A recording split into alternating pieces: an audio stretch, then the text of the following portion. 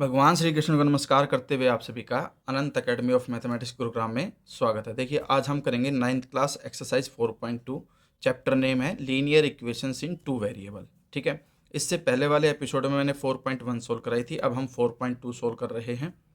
Which one of the following option is true and why. देखिए कोई भी linear equation हो, हमेशा ध्यान रखना लीनियर इक्वेशन का जो सॉल्यूशन होता है वो हमेशा इनफाइनाइटली मैनी सॉल्यूशन आएगा। क्यों आएगा, इन्होंने रीजन पूछा है। ठीक है, we can put several value of x. ठीक है, and for every x Y has some value, there for every linear equation have infinitely many solution. आप ये कंडीशन लिख सकते हो। ठीक है, फिर ये क्या कहता है नेक्स्ट में, right 4 solutions for each of the following equation.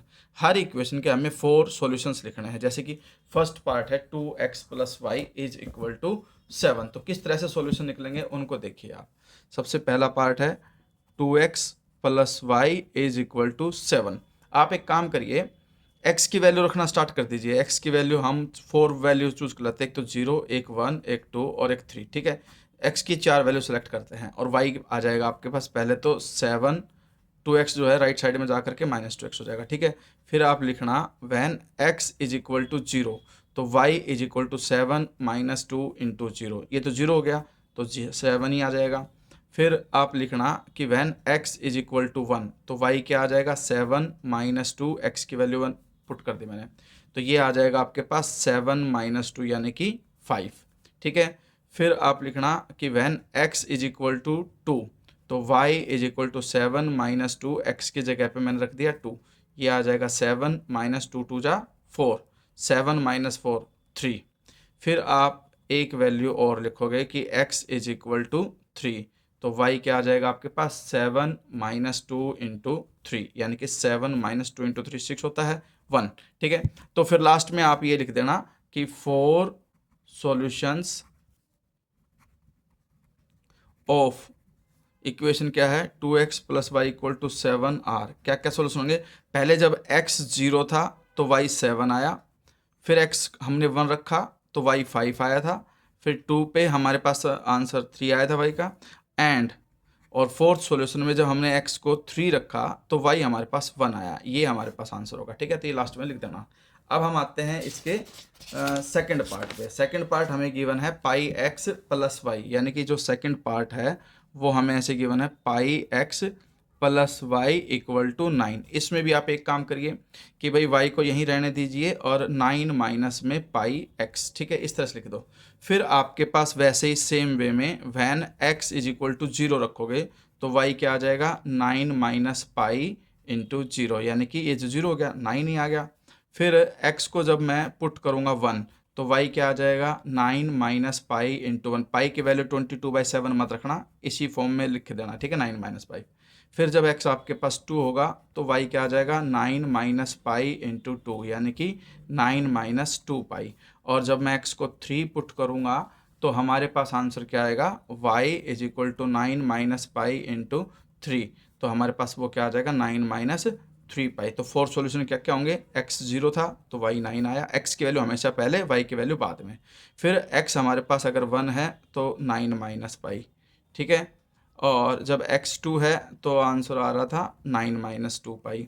और लास्ट के अंदर हमारे पास जब x को मैंने 3 पुट किया तो 9 माइनस 3 पाई आर 4 सॉल्यूशंस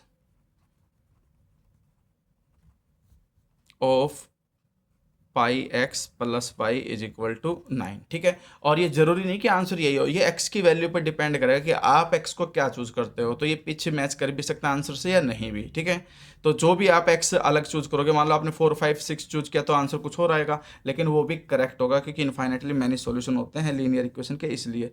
अब जो थर्ड पार्ट हमें गिवन है वो गिवन है x is equal to 4y। तो इसमें आप y की वैल्यू भी रख सकते हो, x की वैल्यू आती चली जाएंगी, कोई बड़ी बात नहीं है। ठीक है, क्योंकि x है आपके पास 4y, तो जब y को हम 0 रखेंगे तो x क्या आ जाएगा 4 इंटू 0 यानी कि 4। जब y मैं 1 पुट करूँगा तो x आ जाएगा 4 इंटू 1 यानी कि 4।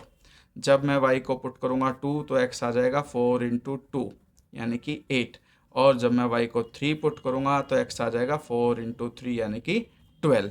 तो इसके 4 सॉल्यूशन क्या आ जाएंगे, सेम लाइन के साथ आप लिख देना 0, मतलब इसमें ध्यान रखना x की वैल्यू यहाँ पर है, y की वैल्यू 0 है, तो इसलिए y की वैल्यू हमेशा बाद में लिखी जाएगी। तो x 4 आ गया, ठीक है, जब y 0 था।